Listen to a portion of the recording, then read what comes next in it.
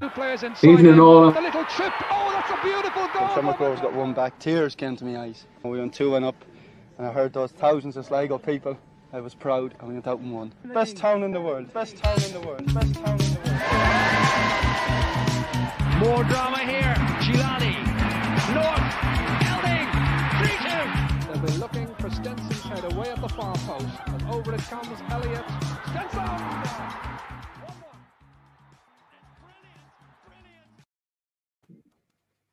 Hey everybody, how's things? And welcome to the Bitter Red Supporters Trust after match reception. Another enjoyable evening, and results. Well, the two main results seem to have gone our favour. Rovers with a 2-0 win, and Dundalk being defeated 2-1 away to Dundalk. So it sets it up nicely for Monday night, Sean. Massive, and just I suppose we'll start off, Jerry. Welcome to heaven, as the great man says. Yeah, feels good. No, it was top class tonight, wasn't it? It was a really professional performance, and to a man, you can't fault them at all. Yeah, look, everybody done their best, and I think Magoo, you actually talked about it before the game this evening, that you wanted a 2-0 win where we weren't exerted too much, and we got through the game with Monday in mind. I think we got that this evening, Magoo. Yeah, it was, I think, what we expected, wasn't it? Just didn't expect to see any fireworks or anything like that. This is just the appetizer tonight, which is the appetizer, lads, for the main course on Monday night, wasn't it? So just it's about being professional, getting through it with no injuries, no sendings off, minimum amount of energy expended as possible, and get the job done in the minimum amount of fuss. And I think that's what we did. As Sean said earlier, game management tonight was brilliant. Like we were in control really the whole way through.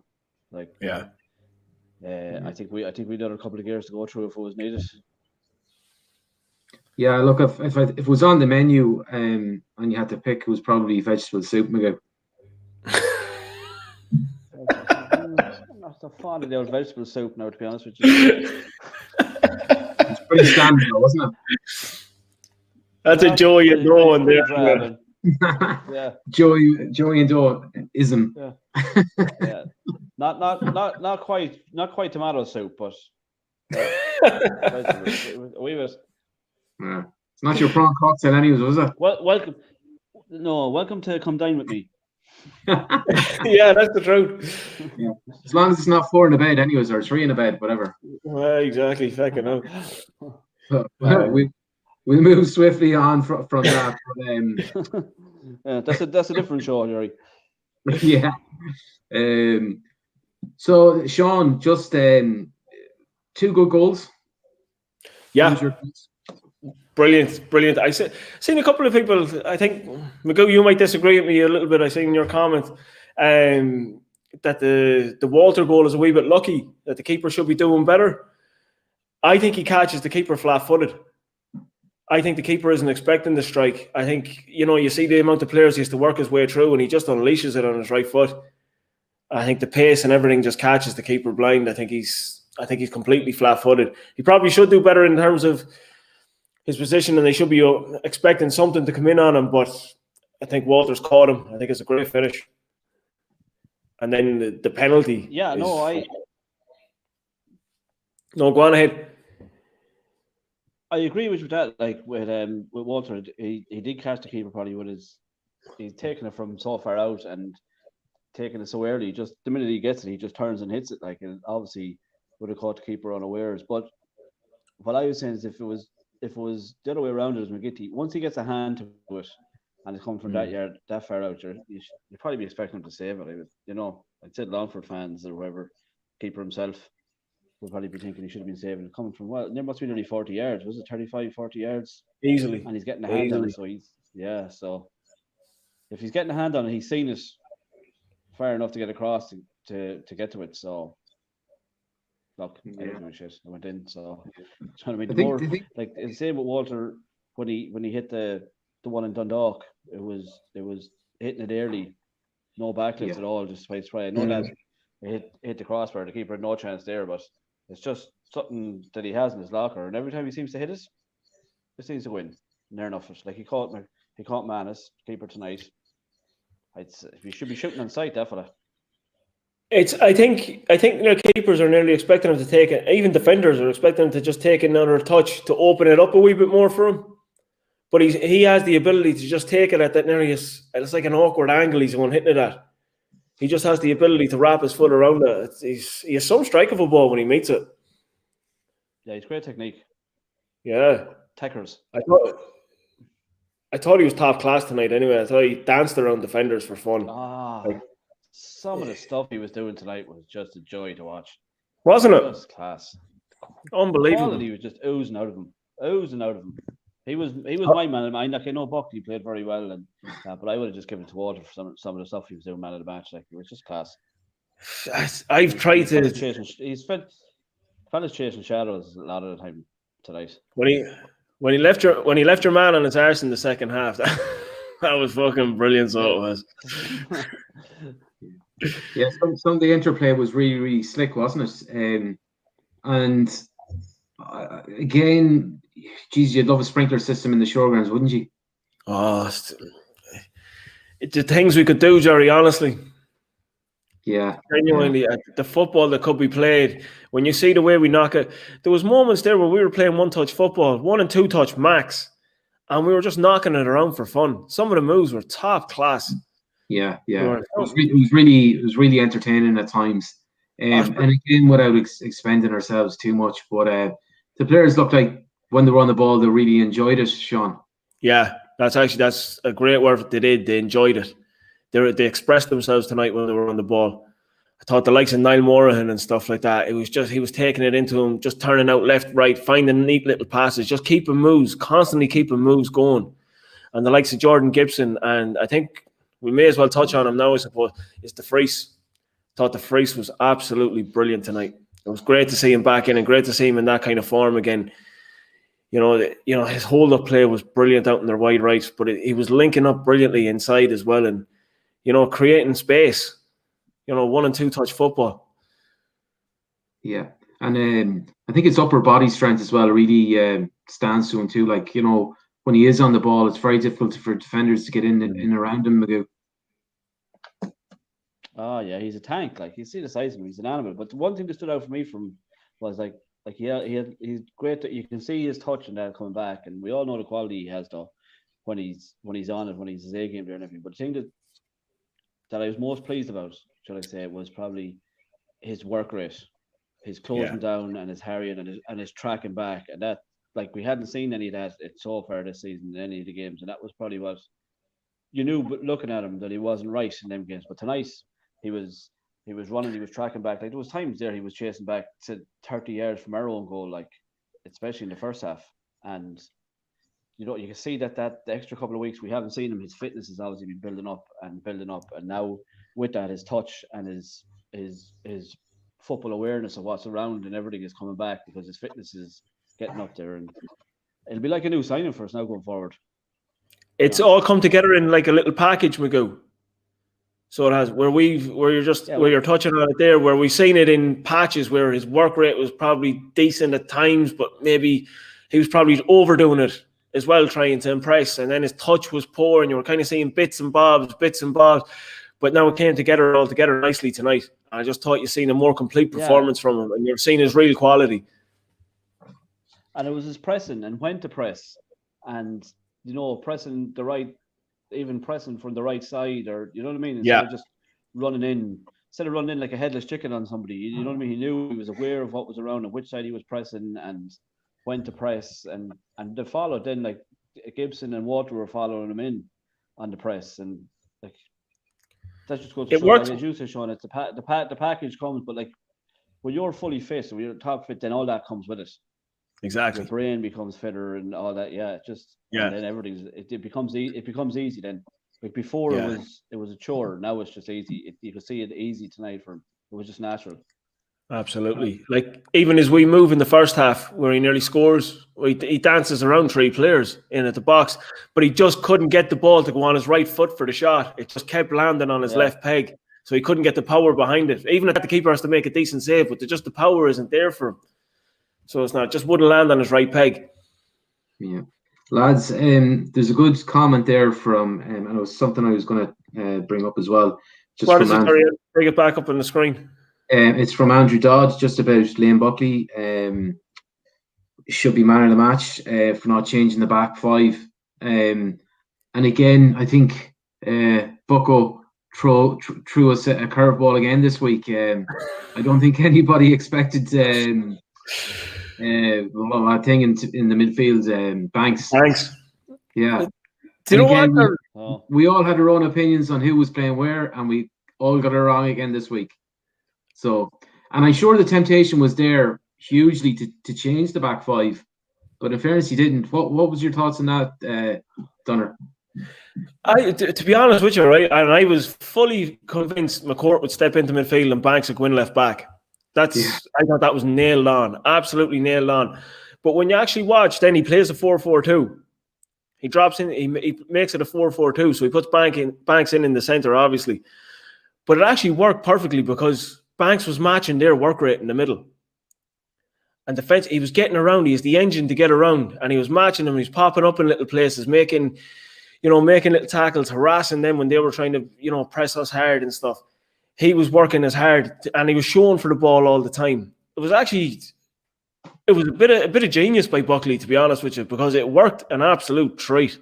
So it did. It was brilliant. Yeah. And like that too, I suppose we had a few other changes with DeFries coming in, as we just spoke about there. What other changes were there, Magoo? Was there some other change? There was other changes, wasn't there? No, that's it. Yeah, well, Romy went out and DeFries came in, and Bulger was out, obviously. Yeah, Banks, Bulger. Center. Yeah. So that was, and then I suppose Horgan came in for Banks at right back. That's right. Yeah. And he had a solid game. Did Horgan? He did, yeah. Lock Horgan's 7 out of 10, and he was every time he plays nearly, isn't he? So yeah, he reminds he's like Dennis Irwin or Steve Finnan or them fellas. He never seemed to have a bad game. Do you know what as well about Horgan? Like, when you look at him tonight, his ability to link up with whoever's in front of him. It doesn't matter who's in front of him. You've seen it now. I think he's played with Kenny, hasn't he? DeFries and Gibson, and it doesn't knock a feather out of him. Like some fullbacks can be off their game a little bit if the wide player in front of them just isn't the regular player to play in front of them. But he just, whoever it is, that's fine. He just fits in with how they play, and it doesn't knock a feather out of him. I don't think he did. I don't think he gets enough credit for how good he is on the ball. Like, he's very composed on the ball. He doesn't just lash it anywhere when he gets it. He always tries to find the man, even when he's under pressure, when he's made to turn back and that. He won't just kick it out of play or rush one back to McGinty. He always looks for the ball, even if it's simple for a little one too. He's very composed on it. Yeah. Just on Joey, a lot of love out there for him. Darragh McMahon, Pork McKeown, and a few others as well. Dylan Giblin says RDV was top class tonight. Yeah, total agreement there with the lads. Dylan,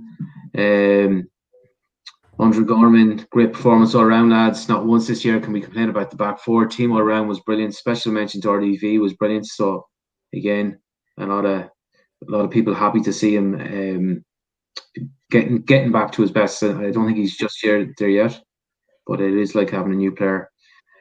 Gives Buckley a headache for Monday night too, didn't it? Absolutely. It does, yeah. Do you think there'll be many changes on Monday night, Sean? Well, obviously Bulger will come straight back into the side.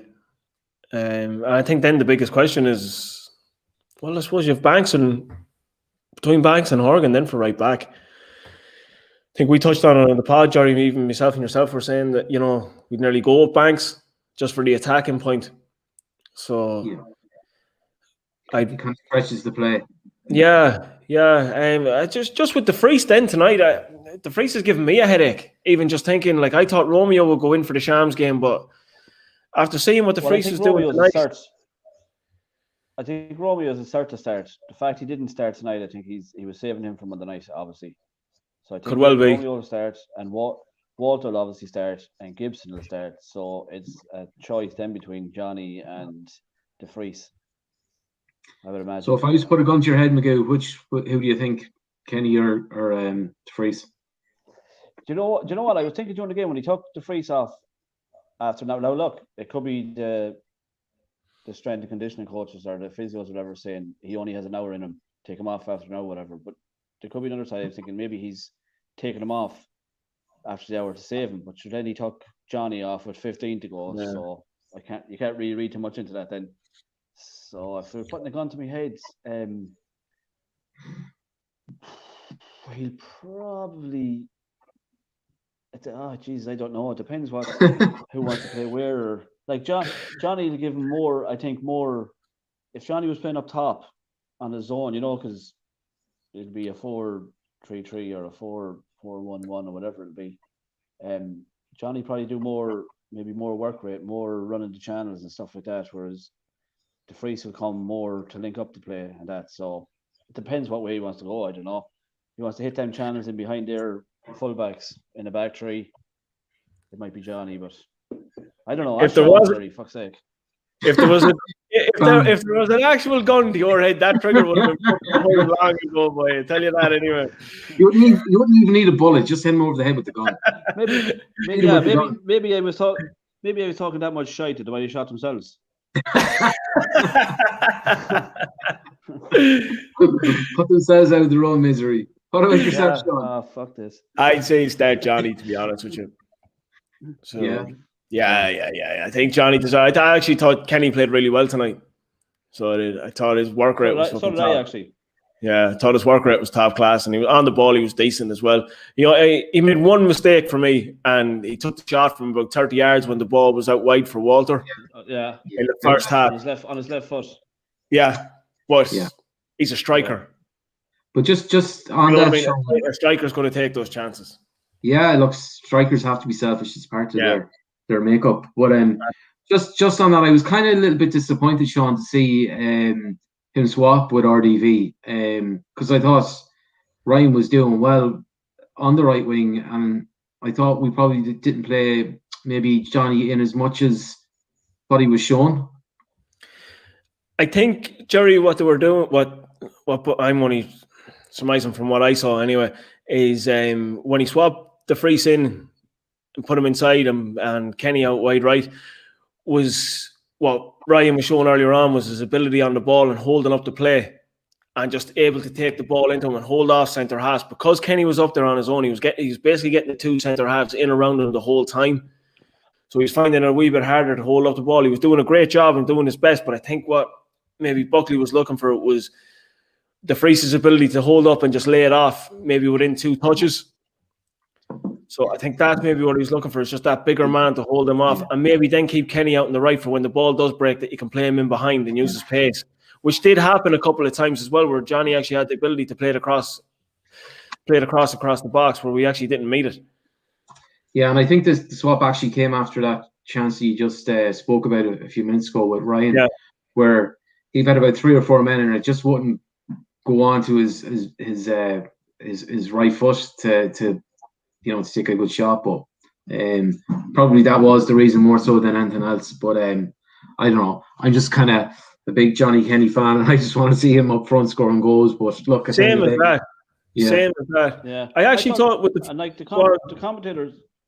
Sorry, the commentators were saying in the first half with Johnny that it's not been Johnny's night so far, and Johnny's having a tough time. But like I thought he was playing well. He was running the channels, and he was doing drag, and that's what he's supposed to do. That's his job when he's up there on his own, is run the channels into the space, drag their centre halves out for the likes of Gibson to run in through, or Walter to run in through, or RDV coming from the other side.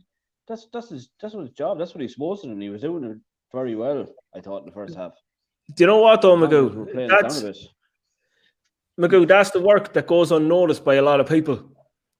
So it is, people always just look to see what he's done on the ball, or has he had 5 attempts on goal, or, has he hit the bar or something like that, or, but whereas Buckley will look at his performance tonight and think, Kenny was brilliant. He worked really, really hard. He done everything he could. He genuinely, that's the only fault I can put on is that ball out to Walter, and you can't really fault him because you need him to be greedy as well because those opportunities will arise where you want him to shoot. Yeah, he actually had a chance that was cleared almost off the line. It was about 2 or 3 yards from the line. That's right. In the first half, and I think sometimes the cameras don't do the chances justice. And likewise with Walter's goal as well. Like there was nearly in the net before the camera nearly caught up with the ball. Yeah, because Jerry, did you see that? Now, just you're talking about it there, so I'm not the only one that was doting. Yeah, I could have sworn that ball had actually gone wide, that it was rippling in behind the net nearly. Yeah, with the way the camera came on it. Yeah, so I think sometimes when you see it, you might see it later on tonight on RTE on their Twitter feed. And for whatever reason, the quality always looks better after the game than it does during the game. And I think as well that Johnny's chance was a lot closer to going in than what the camera actually picked up. But look, that was a ridiculous chance as well. So it was. He had no right to even try and pull that off. That just shows his ability and that quickness of thought. Yeah, and I think he was very, very unlucky. Happy birthday, Ryan Matthews. Weekly shout out. So just Fitzo says winning Tala to go top at this stage is some going. Figueroa was amazing tonight. Must have covered every blade of grass. Yeah. Keith Coleman, he's to shout out there for you, Magoo. How's things, Magoo? Great results. Walter was brilliant. So congratulations to Keith as well. He had himself and his missus had a baby boy there. Congrats, Keith boy.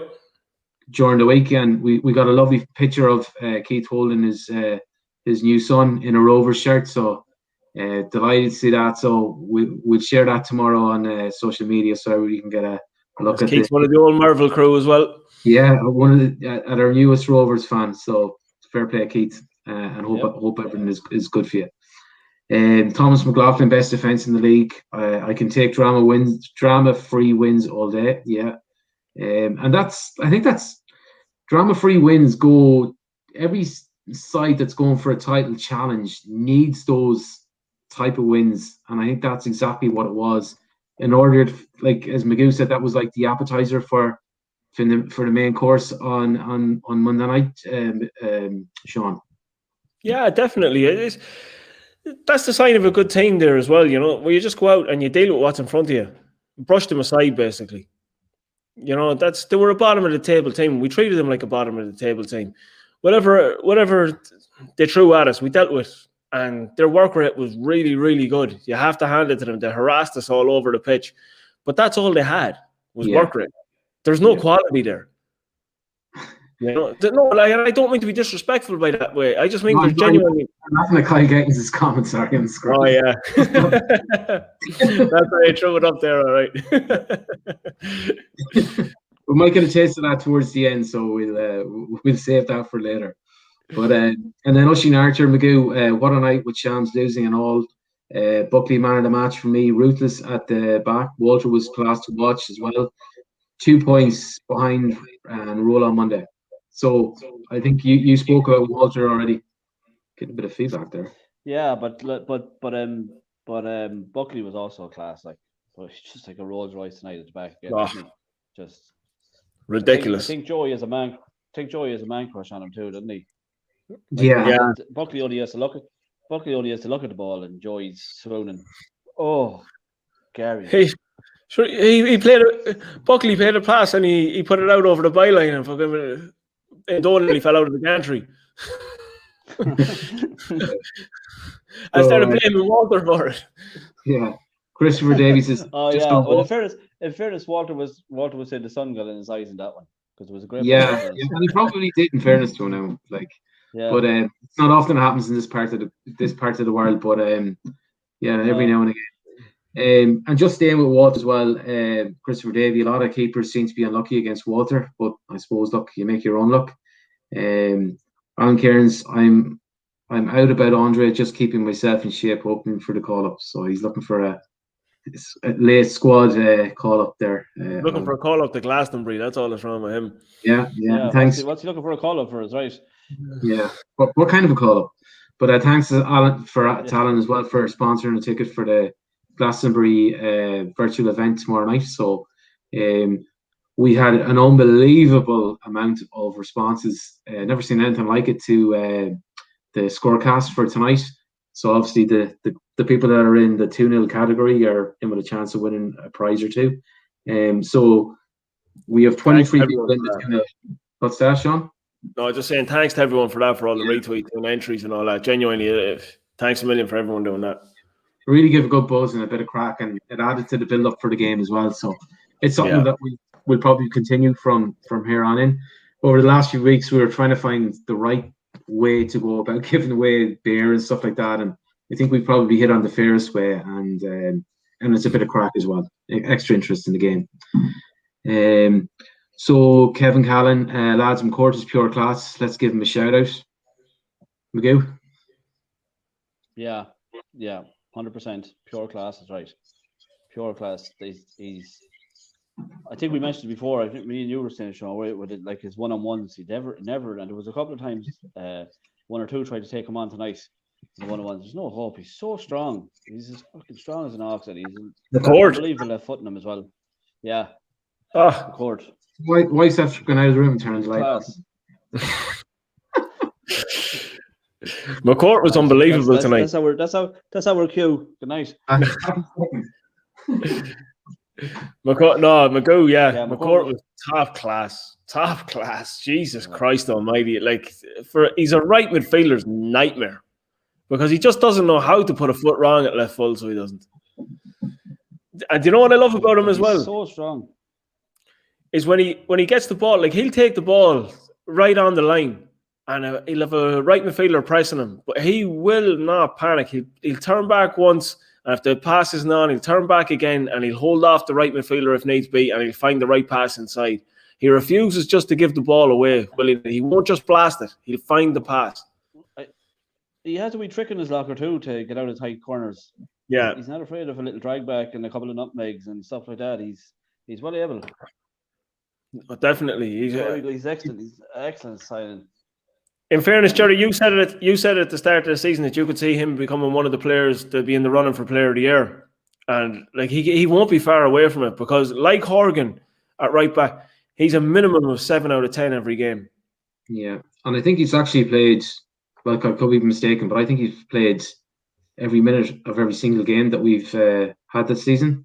I don't know if there's many other players in the squad that would have the same shout. And like he never puts. He's a minimum of 7 out of 10 out of every game. Like so, yeah. He was a quality signing, absolutely quality, and he's the reason why he's the type of player that we are where we are because of the likes of him. I'm just going to run through a load of comments here as well because we're really far behind again. So, Dylan Giblin loved Blaney's tackle near the end. That was like, it was old school. Oh, yes. That was old school. I tell you, that's one player I'm all in on. He is a footballer. He's going to be brilliant for us. So yeah, he's going to get better and better, isn't he? Oh, he's class. Yeah. Do you know what I love about him? Like he comes on at awkward times in the game where, you know, like they were trying to apply a bit of pressure and all that. Nothing phases him. It doesn't phase him at all. And like that, he gets stuck in because he done that in Drogheda as well, if you remember. He got stuck in when he started as well. He was throwing his tackles in around the place. Yeah. He's a hard-hitting player, like, and I love that in a player anyway. It's difficult coming on as well as a sub, you know. Oh, yeah. You know, like, I remember when I was on Merville under 11s, I used to hate coming on as a sub. But Jerry, you were never a sub. Don't tell that. That's enough about me. Rory Howard, I believe Doyle is the ref on Monday. He will be looking for any he's not. He couldn't be. Surely. He's an open Shams fan, isn't he? Yeah, the whole family is season ticket holders. Shams season ticket holders. Mothers, fathers, brothers, sisters.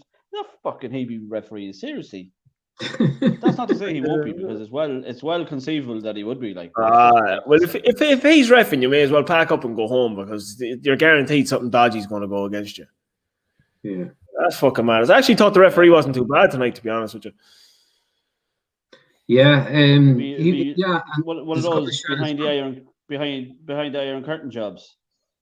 The camera will go off for 5 minutes and come back on. We'd be 3-0 down. Yeah. Like the referee didn't book anybody in the first half, but he ended up booking 3 in the second half. Do you know what? That was our own fault, though, Jerry. We started doing silly things towards the end. Yeah, definitely. Silly.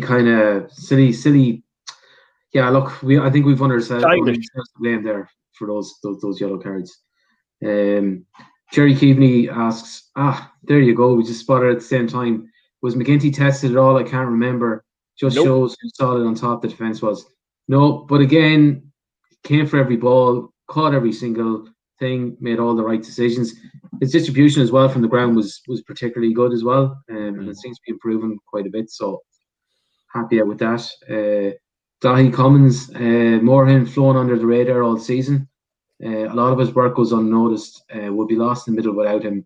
He does all the dirty work and makes us tick. Does the simple things very well. Magoo. Yeah, that's what Moorhen is, though. That's why he goes unsung. That's exactly what he is. He keeps things ticking over. No minimum fuss. He's just a minimum fuss player. Give it, get it, give it, easy. Plug holes, spot danger, fill in wherever needs be. That's his job, and he does this like no more than the rest of them, 7, 8 out of 10 every week.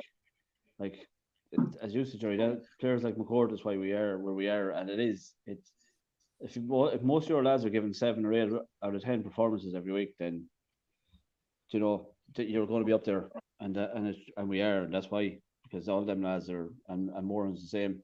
Does his job with the minimum fuss every week, same thing. Never tries to get too elaborate with it. You never see him trying to get Hollywood all of a sudden. He knows what he is, and he's brilliant at it. The Leitrim Iniesta. Yeah. Yeah. Honestly, I love him. I absolutely adore him as a footballer. I think he's probably one of my favorite players out there. So yeah, I think he's brilliant. Genuinely, I think he's brilliant. Yeah, and it's great to, like, you know, as Dinky was talking about on the pod the other night, you know, like we see Niall as local as a lad from, say, I don't know, Cartron. You know, we have to take, you know, that's our area, and that's where, you know, we need to be getting players from in order for us to go forward. And it's great to have a player from County Leitrim that is like so important to the team, and it's it's lovely. Sligo Leitrim is always together in football, though. It's always Sligo Leitrim. Yeah. You know, he's definitely just one of ours.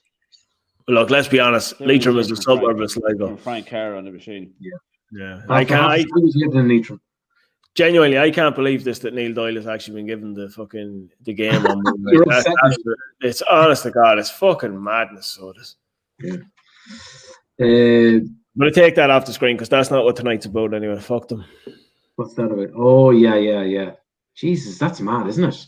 Thanks, Frank, for putting that up on news. But fair play, Frank. Thank you. It's not really though, is it? Like, is anybody really surprised? No, do you know what, Michael? That's the worst thing. I'm not actually surprised at all. I'm surprised that they're the Shoggies. They're Moorhen's reluctance to play forward passes, the weakness. I don't see him often playing the wrong pass. Yeah, and look, you know, I think it's a little bit harsh. But even I think Joey touched on it during the game that in terms of our ball retention, it's like night and day this season compared to the previous. And I think he picks his moments, Niall. You know, I see he's kind of OCD in terms of not giving the ball away. Yeah. Do you know that kind of way? Yeah, no, I know exactly where you're going with that. I think even I'd say Liam Buckley would be the first to tell you as well. Like, you see with the centre midfield pairing we have in Moorhen and Bulger, they're not forward playing passers of the ball, if you know what I mean. It's all about keeping the ball and give it to the boys who will make the chances. Like, they'll give it to a Gibson, give it to a Walter, maybe a Romeo, Johnny, whatever it is, someone who will create that little bit of magic. What their job is to get a hold of the ball, get on it, and then play the right pass after that. They're not about creating chances as such. They're not assist machines or anything like that. Yeah. A few people as well giving Longford a lot of credit tonight. So Joseph McNally is saying fair play to Longford. Yeah, I think. Look, you can see why they haven't been. They've only got one hammer all season. You can see why, like they're as Sean said earlier, their work rate is great right till the end, right till the 90th minute. Even when they were 2-0 down, they kept going and going. You see the manager on the sideline constantly on the edge of his technical area, urging them on, keeping them going, keeping them biting into tackles and stuff on 90th minute when they're 2-0 down. But they don't have the quality up front, and that's no. Their downfall. Like they've only put 8 goals all season, like so. They did play football at times like that. You can't deny them that. They did try and play the right way at times. Played themselves out of a few tight positions once or twice. They actually had won the ball back once. I think it landed at their keeper or whatever it was. I think they played their way out. No, they played their way out of our press in the second half, and they played from the edge of their own area, and they got up to the edge of our area and took a shot. I think it got a deflection or it went out for a corner or something like that. It was actually a great bit of play. They played around us completely, so they did. But like that, they just don't have a striker, a real creative midfielder that can make something happen. You can see where they're struggling big time. Yeah, but I wonder, was that because, and I'm not trying to be cocky on Sligo Rovers' part or anything like that, or because, I don't think we do that. I don't think we do cocky, but did that happen because maybe we were in second gear and that we weren't flying into the challenges, apart from the one at the end from yeah, sorry. But even that, Jerry, that's even in nearly at the halfway line, like. Yeah. So maybe there was a bit of, us not being as forceful in tackles, and that we didn't need to be. That also allowed them to play a little bit more. But look, in fairness, they've made for a good game. But I think if Longford were there till next month, I really don't think they would have scored. I think their best chance came in the first half, and the two players were a mile offside. That's right. Yeah, and I think, again, just quoting Joey, you have to play to the whistle. I think our lads kind of switched off for a slight second or two. That was Gary Buckley actually switched off. Yeah, he did. Yeah. Gary went to play the offside. No, in fairness, he did, and the ball played on. The game went ahead without him, and he got caught. Yeah, and he was offside, but look, that's going back to Marvel under 11s. That's you play to the whistle, don't you? And you keep going, and you don't take chances. But, Danny Garvey give you a belt across the head if you didn't. Danny Garvey, yeah. Mickey Crawley and all them. Yeah, cast man. I seen a video actually on Facebook last night of one of the Crawleys doing a strippergram in the old MCR bar. The black button down his shorts. Shamey, yeah. So, geez, they were the days, huh? I was sitting at the bar at 11 having a pint when he came in, and he was done that. So that's why it's over 11 at night. All right. Vinny and Gunning didn't get to see the game, but enjoying the banter. So he was probably working. Then, so will we move on to the prize draw? Felt ahead. Yeah. So obviously, we had a huge response to us. So what I'm going to do now is I'm going to write down numbers beside the people that had the 2-0 win, and I'm going to get yourself and Magoo the prize that way. But whilst I'm doing that, I'm just going to get you to maybe have a chat about what your thoughts are on the Shamrock Rovers game on Monday night, and where do you see the lineup? What do you think the approach to the game should be, and ultimately, how do you think we're going to come out of it? Magoo, go on ahead. Yeah, cheers. I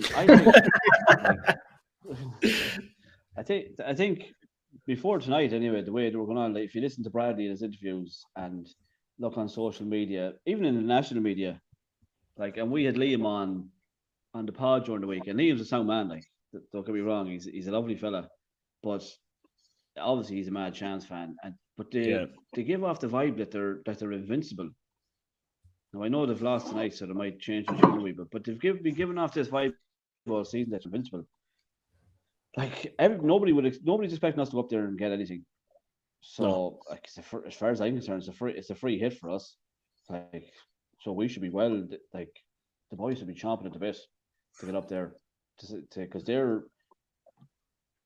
even after we played them here in the showgrounds, they should be chomping at the bit to get up at them because they're not as good as everyone is making out them to be.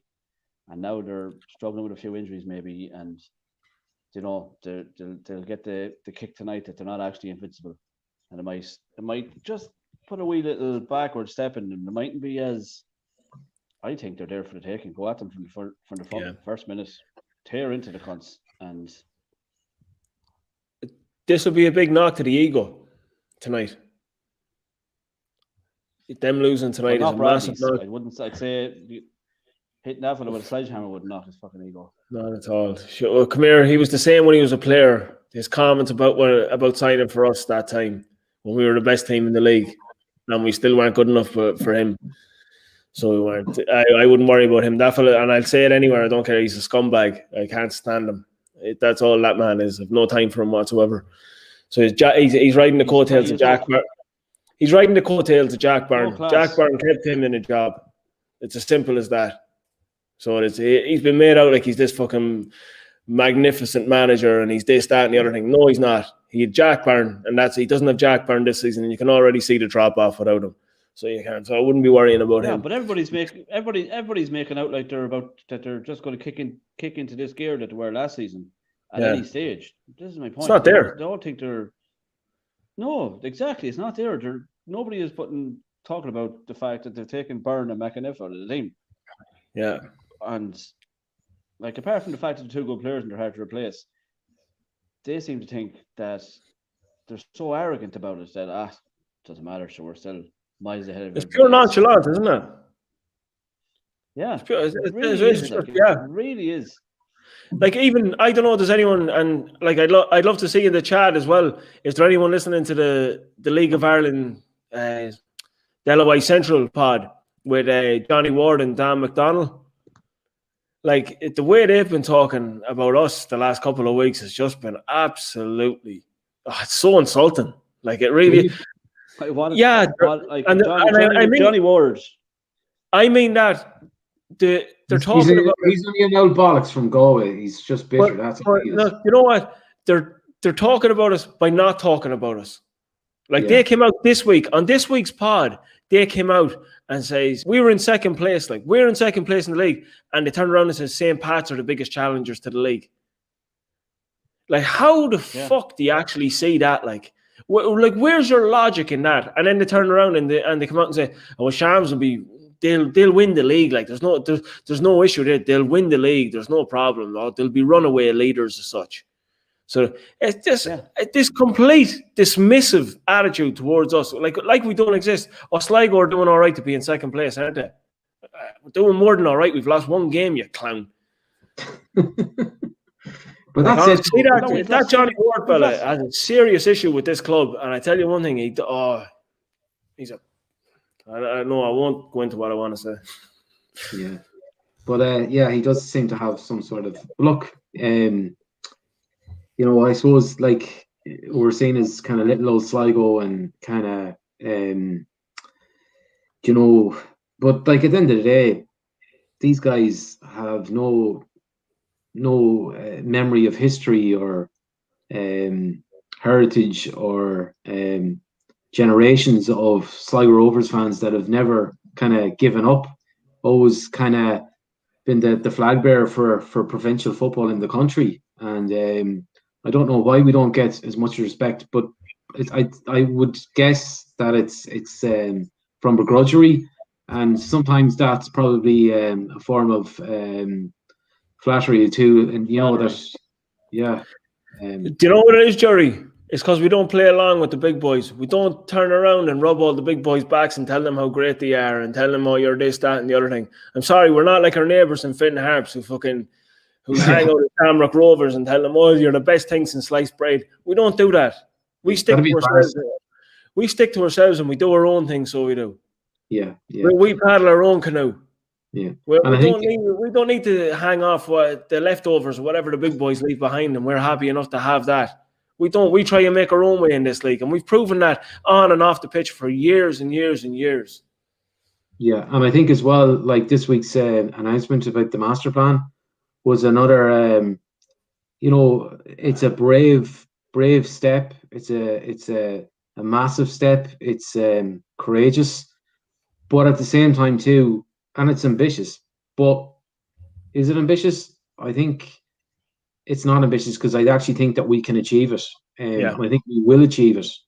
And that's the type of club that we are. We don't make false promises. We don't talk shite. We go about our business in a professional manner. We don't care what other people are saying. And, that's who we are as people, and that's who we are as a club. And I, for one, look, to be honest with you, I think I was listening to David Rowe on News Talk the other night, and they were trying to pick holes in things and things like that. And he was like, look, Sligo's different. Sligo's different. You can't compare Sligo to anywhere else in the country. Yeah. We're just different when it comes to football. We're different people. We wear our hearts on our sleeve. And when it comes to call to arms, we always pull together and get the job done. And I have absolutely no doubt whatsoever that we will get the job done. We will have the best stadium, the best academy in the country because we deserve it. And we deserve it because we work hard. And that's as simple as that. And these fellas, this gobshite down in Galway and these wankers up in Dublin, let them not write about us. Let them not talk about us. We don't care. We'll get the job done. Yeah. Go on, McGo. I seen on social media right during the week when they come out, not actual media, just I don't think just normal lads on social media, but at the mall, the fabric.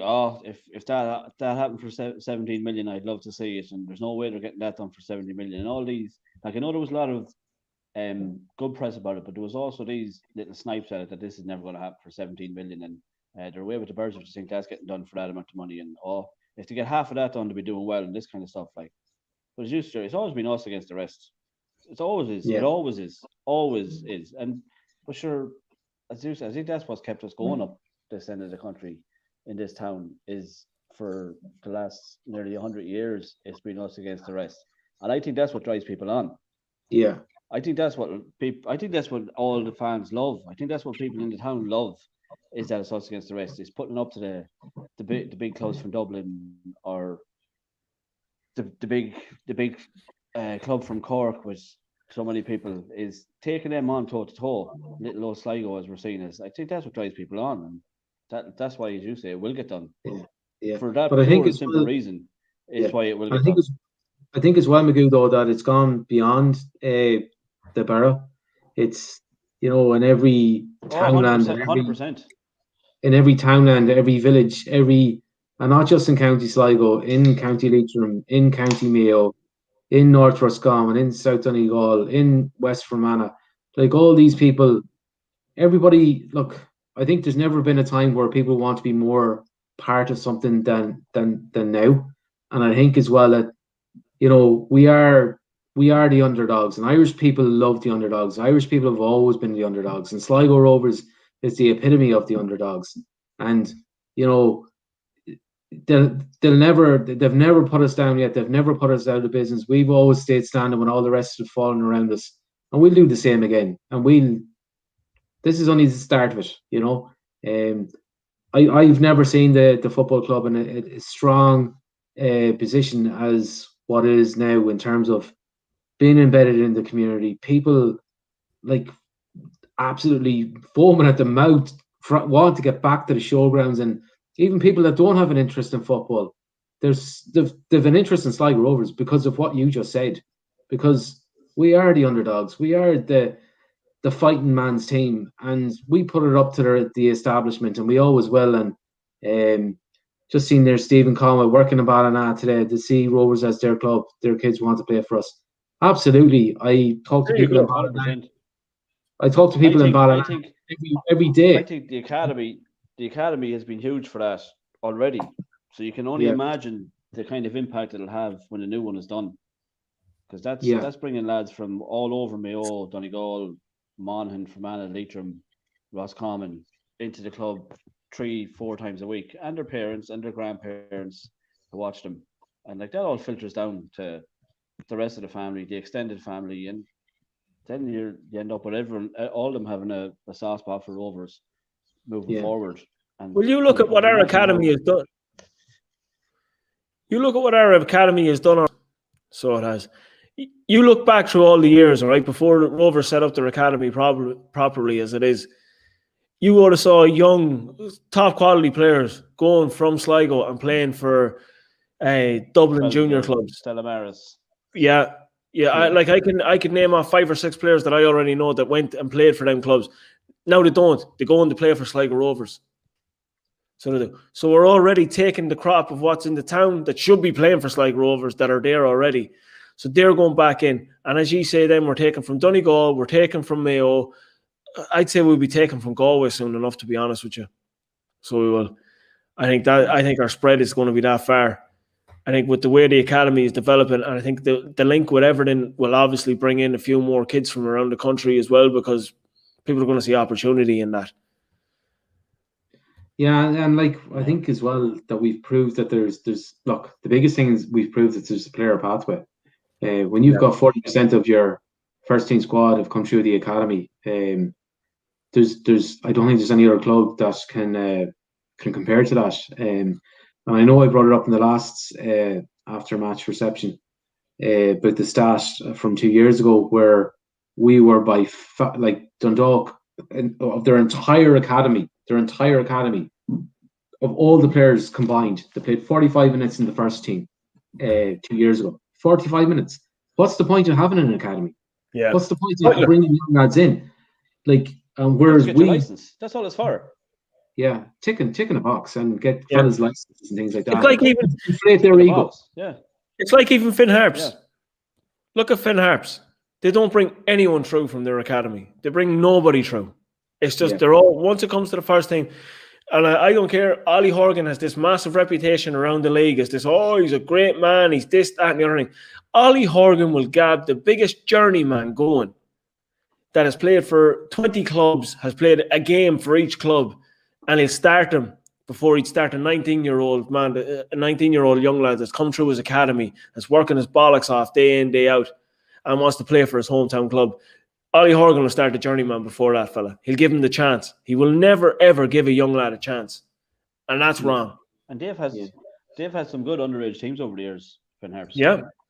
They'll be one of the strongest sides in this part of the country. Yeah. It's some of the years, like Declan Boyle, he's taken over from Dinky now with the under-19s, but he, a couple of years ago, had the Harps under-17s, and they won the double. They won the league and I don't know if it was the Shield or the Cup or what, but they won a double anyway. Like, but to even win a trophy from Finn Harps to the likes of you see that the academy, the Pass and Shams, the Bows have, like, for them to win the double in the under-17 is phenomenal achievement, like phenomenal. So they had to have that was under-17. That's probably 3 or 4 years ago. So where are them players now? They'd be gone out through the end of under-19s. So where are they? Yeah, but there's a good chance Shane Blaney was probably one of them players. Yeah. But I think Sean made a very good point just about Ollie Horgan.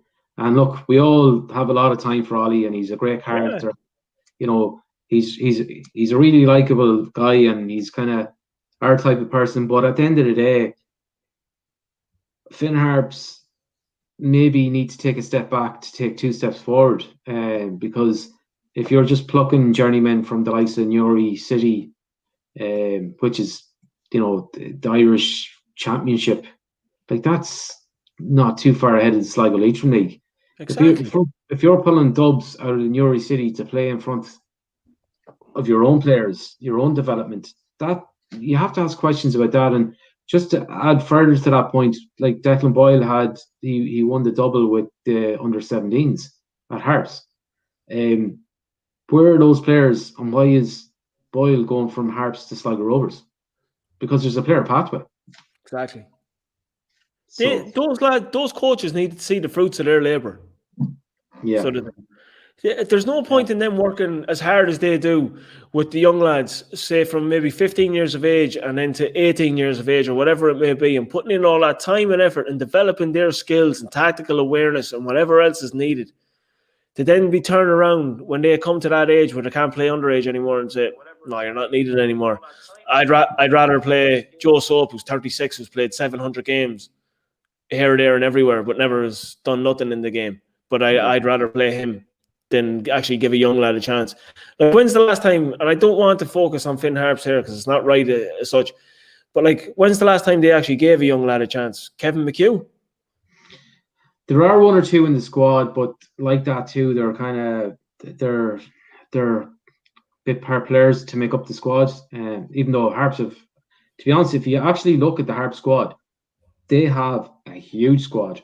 I know all these lads might be getting huge money or anything like that, but they have like probably 28 first team squad, whereas we would have maybe 18. A lot of these fellas aren't even getting into the matchday squad. It's a bit. Yeah, but Jerry David, that's the first ever pod.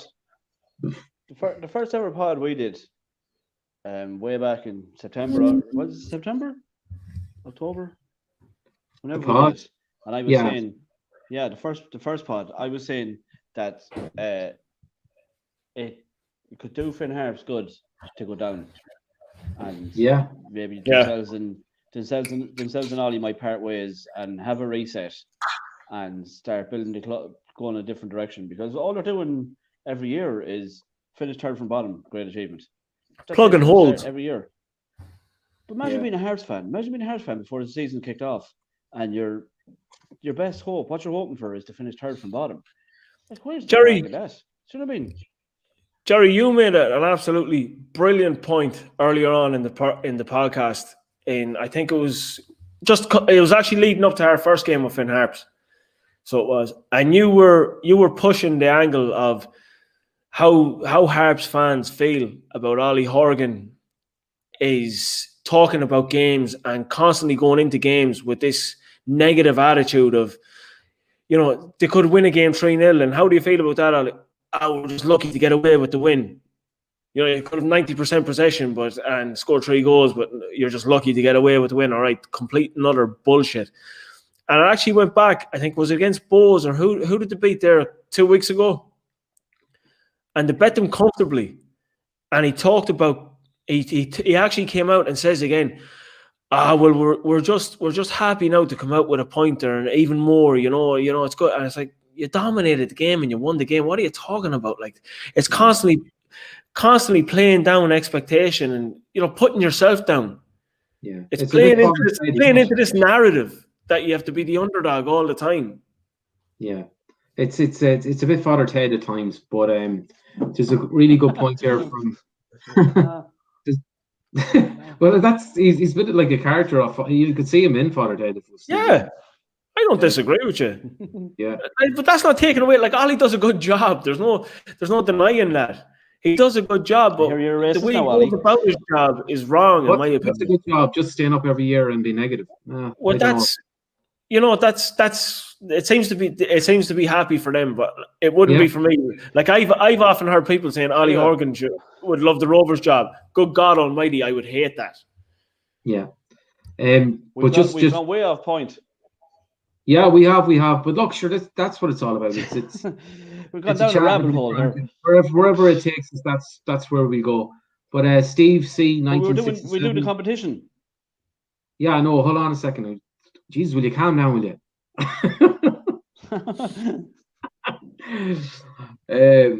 Steve turn C. Off the light, Jacinta, turn off the lights. The lights are out. Pull the plug. Actually, fair play to everyone. Like, the numbers have stayed really high here, and we're going an hour. So, like, fair play to everyone for hanging in here. Talking about Finn Harps. Yeah. 3-1 tonight, 2-0, and we're talking about Finn Harps. And Ollie Horgan. One more point on this from Steve C. 1967, for fuck's sake. Was involved with running the Northwest Cup in Strandhill. Donegal teams were always strong, but very continued in Finn Harps. And the last point on saying this, and we'll draw a line under it then, is the last the Super Cup in a year or two ago. Who won the Super Cup and bet all Aberdeen and West Brom or whoever and all that? Donegal. Where are those players? Yeah. Leave it at that. So, and that was the highest category. That was like yeah. Okay. So now we're going to do the draw. Okay, Magoo. I want you to pick a number. This is the only reason, John, you were on about the numbers hanging on. It's the only reason everybody's here is waiting for the draw.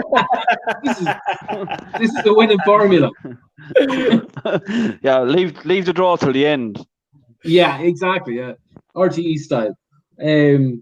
So Magoo, pick a number between 1 and 25. 11. 11.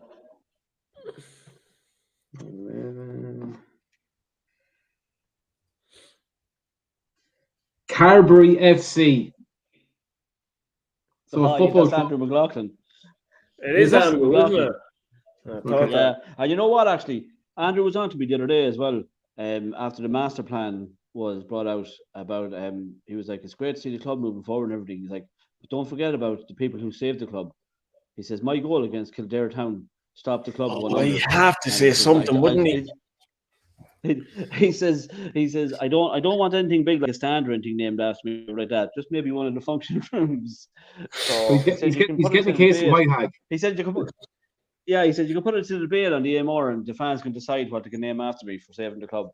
So we'll give him a case of White Hag instead. There you go. That'll keep him happy. If he doesn't look, I'd say he won't complain about it, but he'll still complain anyway, no matter what. Yeah. Well, of course he'll give out. Sure, it's a briar of the highest order. Yeah. But anyways, so Andrew, so that's the case of White Hag. So next we have ticket for Glastonbury. So Sean, Jerry, yeah.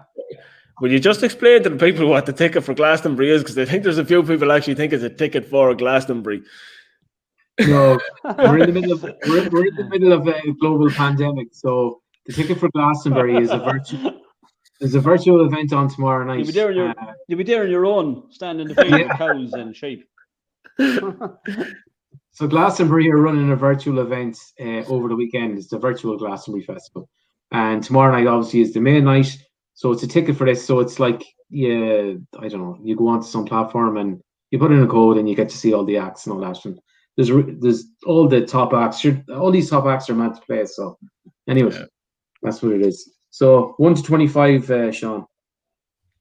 Go for the scoreline tonight, and I said 2. 2. Darren Melly would have been the scoreline tonight. Okay. Well, Darren, fair play. So you win the ticket to virtual Glastonbury. And then we have the Bourse Tea, which is probably the most value prize of all of them, because these things are like gold. Yeah. So we'll go back to yourself, Magoo. So between 1 and 25 again. I'll pick the actual scoreline from tonight and say 20. Okay, so that's Pip Scanlon. So Pip. Yeah. That's that concludes the draw. So Carberry FC are playing Darren Melly and Pip Scanlon. And fixtures will conclude on the weekend of the 29th of next year.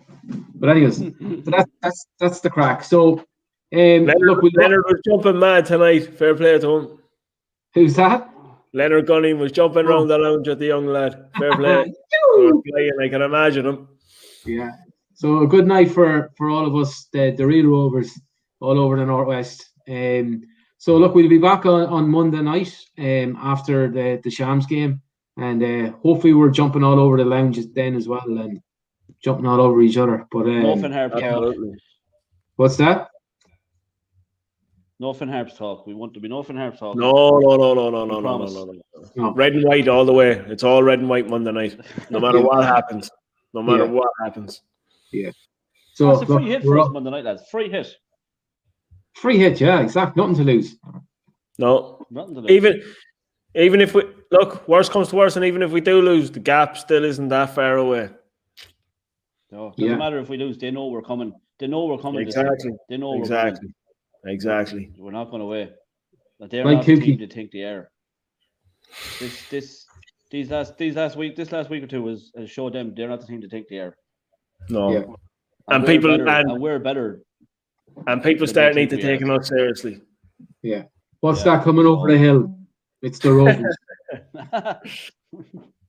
So we're going to play out tonight with I don't know if people seen this online, but it's something that Keith McGinley put together for us, and it's just about Friday. Starring the one and only Young Dunner. So Dunner, you might play this for 30 seconds and then cut us off the air. So get it working out. You have to be able to see it, though. Can we see it? No, I know that.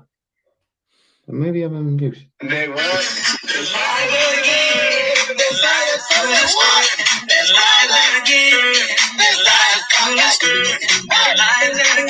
Go on, Dunner. I tell you what, if we beat Champs on Monday, I'll do that fucking dance. Yeah.